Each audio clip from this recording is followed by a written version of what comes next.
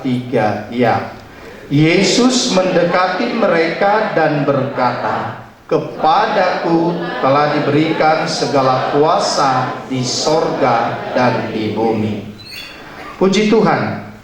Ayat yang kedua, mari kita lihat di dalam Mazmur pasal 37. Kitab Mazmur pasal 37 ayat 23 sampai 24. Kitab Mazmur pasal 37 ayat 23 sampai 24. 2, 3, ya. Tuhan menetapkan langkah-langkah orang yang hidupnya berkenan kepadanya. Apabila ia jatuh, tidaklah sampai tergeletak, sebab Tuhan menopang tangannya. Puji Tuhan. Ayat yang ketiga, mari kita lihat sama-sama di dalam kitab Roma. Kitab Roma pasal 8 ayat 28. Roma 8 ayat 28 kita baca bersama-sama. 2, 3, ya. Kita tahu sekarang bahwa Allah turut bekerja dalam segala sesuatu untuk mendatangkan kebaikan bagi mereka yang mengasihi Dia, yaitu bagi mereka yang terpanggil sesuai dengan rencana Allah. Puji Tuhan. Bapak, Ibu, dan saudaraku yang dikasihi Tuhan, 3 ayat firman Tuhan kita sudah sama-sama baca. Biarlah itu menjadi perenungan saya dan saudara di dalam menjalani hidup ini. Di dalam Matius 28 ayat 18 tadi berkata, "Kepadaku telah diberikan segala kuasa di sorga dan di bumi." Bapak, Ibu, dan saudaraku yang dikasihi Tuhan, sorga Tuhan tidak janjikan setelah kita mati, tetapi Dia berjanji di sorga itu, sorga itu adalah Dia berkata, di bumi seperti di sorga. Jadi harapan kita bukan harapan yang biasa-biasa, sebab apa yang ada di sorga terjadi di dalam hidup saya dan saudara. Dikatakan bahwa di bumi seperti di sorga. Apa yang harus kita tahu bahwa di bumi, di hidup kita, di keluarga kita, di pekerjaan kita, di pelayanan kita, di dalam pikiran kita, di dalam hati kita, Alkitab berkata seperti di sorga. Ternyata dari ayat ini kita bisa melihat dikatakan di dalam nama Yesus diberikan segala kuasa. Apa yang ada di dalam dunia ini, di sorga, dimanapun, segala kuasa yang ada di sorga dan di bumi diberikan kepada Yesus. Amin. Apa yang membuat kuasa itu ada di dalam nama Yesus? Karena Yesus sudah bangkit dari maut. Jadi Bapak, Ibu, dan saudaraku yang dikasihi Tuhan, dunia dengan segala kekacauannya, dunia dengan segala kejahatannya sudah dikalahkan oleh nama Yesus. Saudaraku yang dikasihi Tuhan, kalau kuasa itu diberikan di dalam nama Yesus, ya iya sih, namanya juga Yesus, apalagi Dia Tuhan.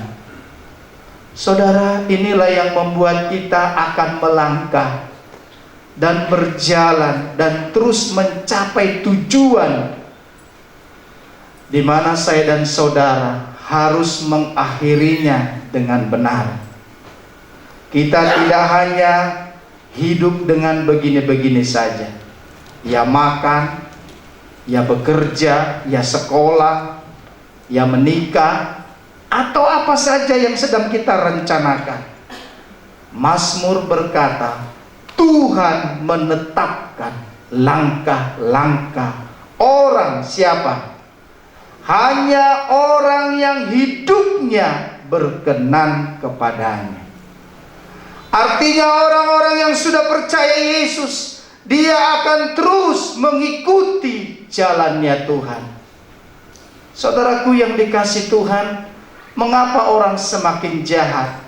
Sebab dia mengatur dirinya sendiri. Dia melakukan apa yang menjadi maunya. Satu kisah yang pernah kita dengar dan baca di Alkitab, bagaimana Yudas tahu betul Yesus itu siapa. Dia menyaksikan langsung bagaimana mujizat dan mujizat terjadi. Dan tidak ada mujizat yang gagal. Sampai kepada ketika Marta berkata, Yesus, saudaraku sudah meninggal. Aku tahu bahwa memang ada yang namanya kebangkitan, tetapi saudaraku sudah meninggal. Saudaraku yang dikasihi Tuhan, semua orang yang ada di kampung itu tahu betul Yesus selalu ada bersama keluarga ini. Tetapi ketika Maria datang kepada Yesus dan dia menangis, ayat itu jelas berkata, maka menangislah Yesus. Saudaraku yang dikasihi Tuhan, apa yang terjadi? Semua menjadi bukti bahwa Yesus berkuasa. Bapak, Ibu, dan saudaraku yang dikasihi Tuhan, firman Tuhan berkata di dalam Mazmur 37, apabila saya dan saudara akan mengalami banyak hal di dalam hidup ini, bahkan tidak hanya bangun, tapi ada jatuhnya. Bukan hanya berhasil, ada gagalnya. Tetapi dengar, orang yang berkenan kepadanya, orang yang terus tinggal di dalam Yesus, orang yang terus mempertahankan imannya di dalam Yesus. Firman Tuhan berkata, tidaklah sampai tergeletak. Ya, tidaklah sampai mampus. Saudaraku yang dikasihi Tuhan, sudah mulai habis kekuatanmu? Sudah mulaikah kita tidak berdaya hari ini? Sudahkah kita kehabisan akal saat ini? Perhatikan, Tuhan menopang saya dan saudara. Amin. Air mata kesedihan, air mata kesusahan, air mata kesesakan, air mata kekecewaan. Kalau kita di dalam Yesus, air mata saya dan saudara akan menjadi mutiara. Amin. Saudara, jangan malu menangis, asalkan kita menangis di hadapan Tuhan Yesus. Mungkin tidak bisa lagi dikatakan, bahkan mungkin kita menyadari bahwa ada banyak kesalahan yang kita alami dari apa yang harus kita tidak lakukan. Tapi hari ini firman Tuhan berkata di dalam Roma 8 ayat 28, kita tahu sekarang iman yang kita miliki adalah iman yang luar biasa. Dikatakan Allah turut bekerja dalam segala sesuatu.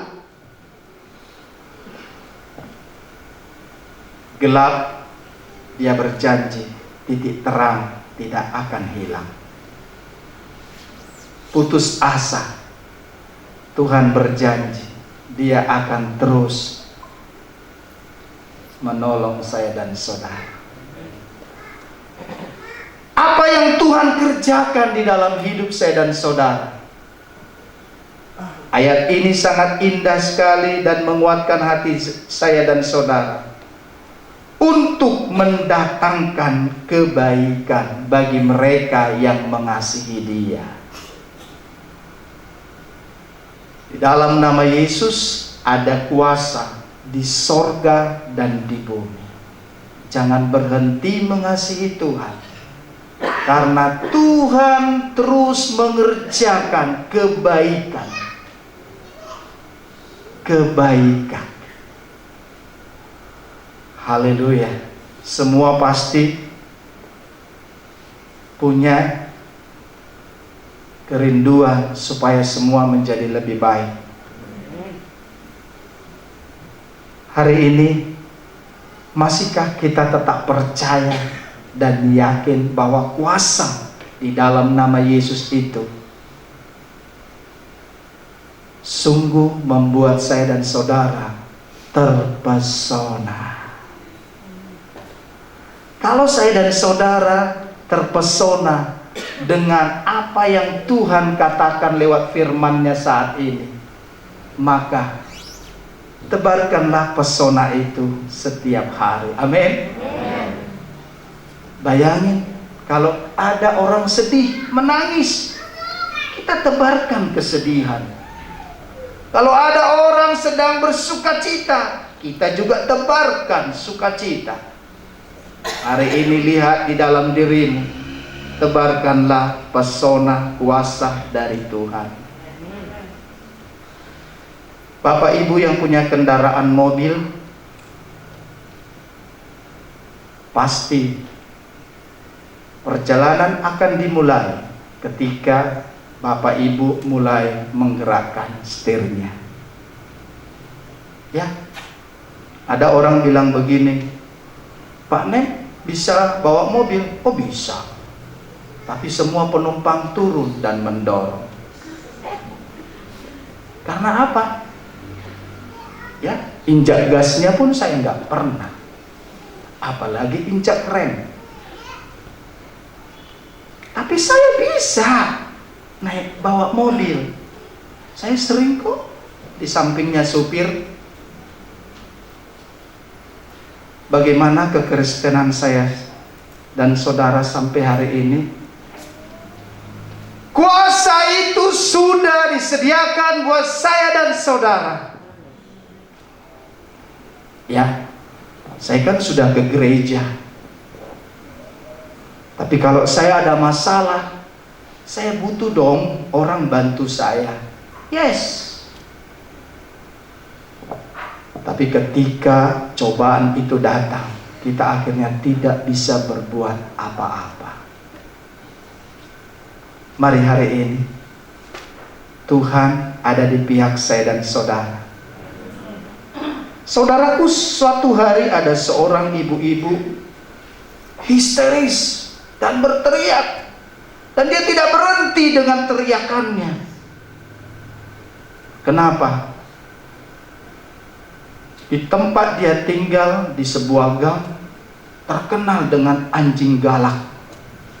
Bahkan yang punya rumah berani lagi menulis, awas anjing galak. Tapi yang baca bilang begini, anjing gila.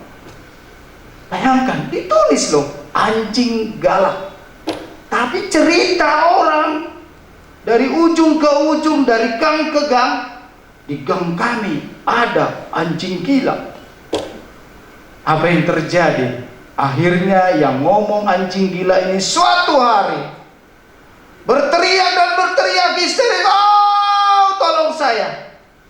Oh, tolong saya. Kenapa ibu? Saya digigit anjing. Oh, yang dengar begitu bukannya nolong, lari. Pasti anjing gila yang pernah kau bilang itu. Saya juga nanti digigit, saya harus lari. Oh, tolong saya. Dan anjing ini betul-betul anjing yang betul-betul anjing. Dia tidak melepaskan gigitannya. Lalu dia panggillah yang punya anjing ini, tolong, tolong. Yang punya anjing ini malah ketawa. Loh, kau bukannya tolong saya, malah kau ketawa. Lalu yang punya anjing bilang ini, Anjing saya memang galak, tapi anjing saya ompong. Digigit, iya, tapi yang gigit gigi ompong. Ada bekasnya? Ada. Dijepit dengan mulutnya. Ada darahnya? Nggak ada, karena giginya ompong. Halo? Apa ketakutanmu hari ini? Kenapa buat ketakutan baru lagi? Saya kembali kepada cerita Yudas. Yudas sebagai murid Yesus yang dipercayakan sebagai bendahara.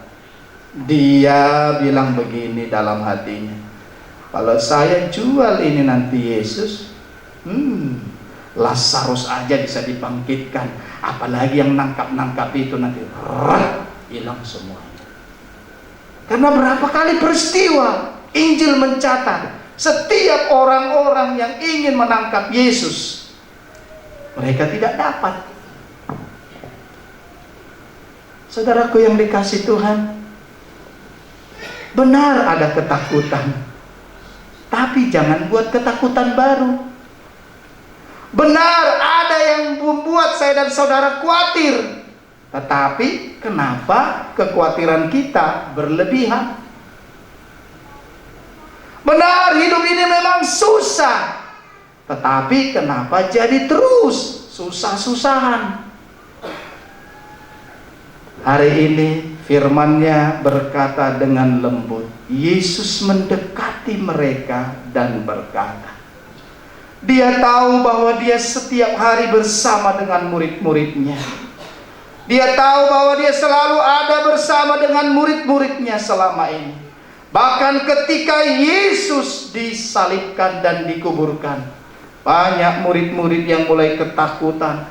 Banyak orang yang sudah mulai tidak percaya lagi bahwa Yesus itu adalah Tuhan. Bahkan ketika ada kabar bahwa mayat Yesus dicuri, hampir semua negeri itu percaya, kecuali murid Yesus. Makanya ada muncul Injil Barnabas. Hari ini, apakah kita punya Injil keselamatan, Injil kerajaan Allah yang menyatakan bahwa Yesus itu adalah Tuhan? Mari, buktikan bahwa sampai hari ini dan selamanya Tuhan akan bekerja untuk mendatangkan kebaikan. Saya kasih contoh sederhana. Seringkali kita mendengar dikatakan Yesus ditangkap. Kalau ditangkap itu penjahat atau orang baik? Penjahat. Tapi kalau kita baca Alkitab, Yesus tidak ditangkap. Yesus menyerahkan diri. Saudara, Bapak Ibu yang dikasihi Tuhan, hari ini kuasa yang di sorga dan di bumi ini nama Yesus. Mari hari ini muliakan Tuhan. Walaupun terlalu sulit kehidupan ini. Pujian tadi kita berkata berseru memanggil namanya. Kenapa kita harus panggil nama Yesus? Namanya berkuasa. Kenapa kita harus takut? Supaya kita tidak takut lagi. Amin. Kenapa kita sampai hari ini masih lemah? Supaya kita tidak lemah lagi. Kalau kita berkata, kuasamu, kuasa yang luar biasa. Saudaraku yang dikasih Tuhan, Roma 8 ayat 28 ditutup dengan kata yang membuat saya dan saudara melihat untuk tidak berpaling dari Tuhan. Dikatakan, mereka yang terpanggil sesuai dengan rencana Allah. Apa rencana Tuhan dalam hidupmu? Jangan tidak tahu. Jangan bingung. Jangan lagi tidak tahu. Hari ini harus tahu rencana Tuhan dalam dirimu. Ketika kita sakit, rencana Tuhan dalam hidup saya dan saudara, kita harus berkata, Tuhan sembuhkan saya. Amin. Apa rencana Tuhan dalam dirimu? Mari, berani kau katakan. Itu adalah kuasanya. Apa rencana Tuhan dalam keluargamu? Tuhan akan lakukan. Mengapa kita lebih banyak membiarkan diri kita dilemahkan oleh keadaan, oleh situasi hari-hari ini, tetapi seolah-olah kita tidak pernah punya jawaban lagi dalam hidup ini. Tuhan buka jalan, katakan amin. Saudara, Tuhan buka jalan saat apa? Saat tidak ada jalan. Tuhan buka jalan saat tidak ada jalan. Tuhan kasih makan ketika semua orang kelaparan. Di bumi seperti di sorga. Di hidupmu, di rumahmu, di keluargamu, seperti apa? Seperti di sorga.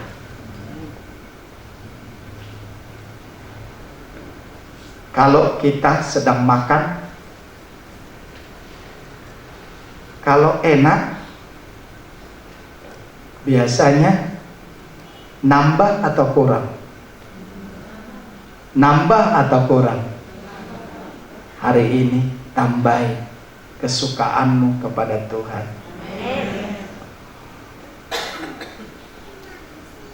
Ya. Siapa mau nyumbang? Pasti kita mikir, saya nyumbang yang kecil saja. Toh saya juga banyak keperluan. Siapa yang mau diberkati? Maunya yang paling banyak. Itulah manusiawi.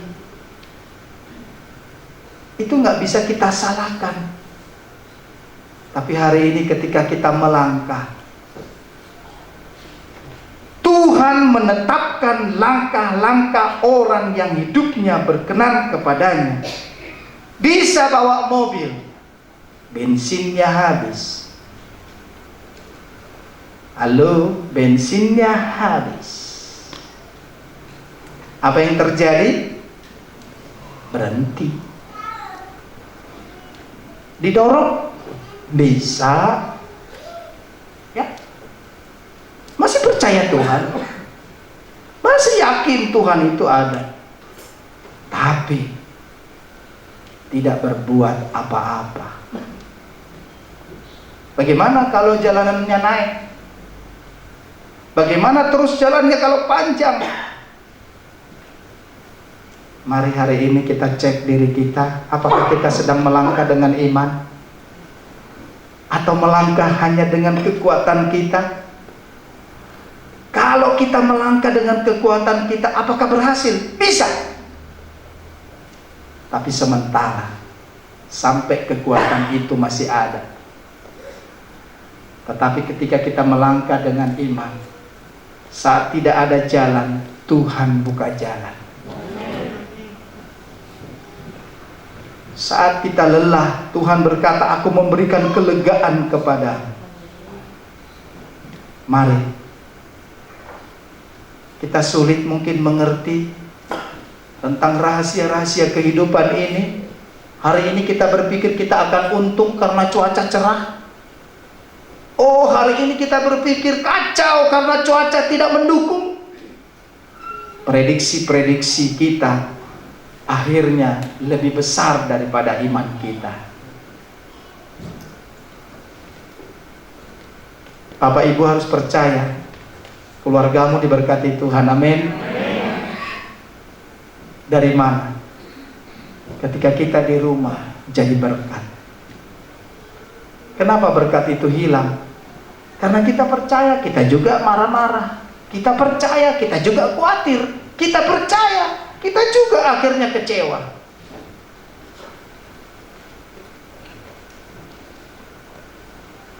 Puji Tuhan. Tambahkan. Tambahkan. Tambahkan. Saya bertemu dengan sebuah keluarga. Dia sudah 3 kali beli mobil.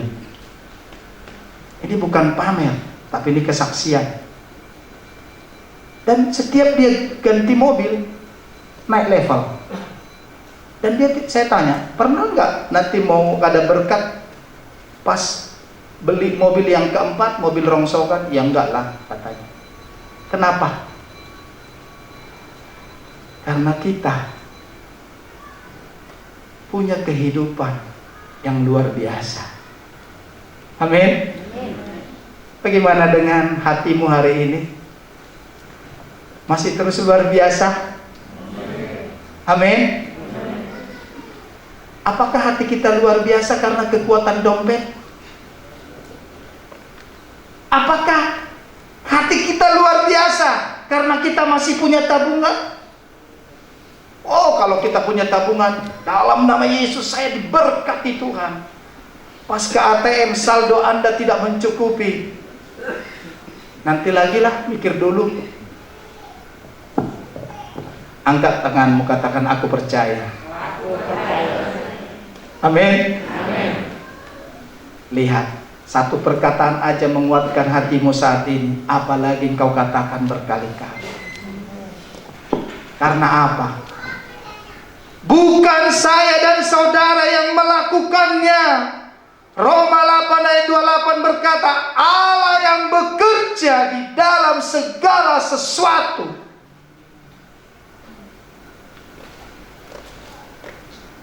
Haleluya. Tubuh kita bisa lemah, fisik kita bisa lemah, keuangan kita bisa berkurang, pekerjaan kita bisa merepotkan. Tapi dengar, Tuhan tetap baik. Mari kita tundukkan kepala. Kuralama kasikin naralama nama sikin naralama. Bapak, Ibu, dan saudaraku yang dikasih Tuhan, saat ini aminkan bahwa kuasa itu ada di dalam hidupmu. Katakan dengan iman sesuatu yang dahsyat saat ini. Kemasyuran Tuhan, keindahan Tuhan tidak akan pernah pudar oleh apapun yang ada di dunia ini. Kuasa Tuhan tidak berhenti oleh karena persoalan-persoalanmu. Kuasa Tuhan tidak akan pernah gagal oleh karena kesedihanmu. Apapun keadaanmu, biarlah kau merasakan bahwa Yesus masih luar biasa dalam dirimu. Adakah yang membuat hatimu bimbang hari ini? Adakah yang membuat engkau semakin takut dan khawatir hari ini? Berhenti dari ketakutan dan kekhawatiranmu. Katakan, Yesus, aku percaya rencanamu. Mari kita angkat pujian ini bila kau rasa gelisah di hatimu.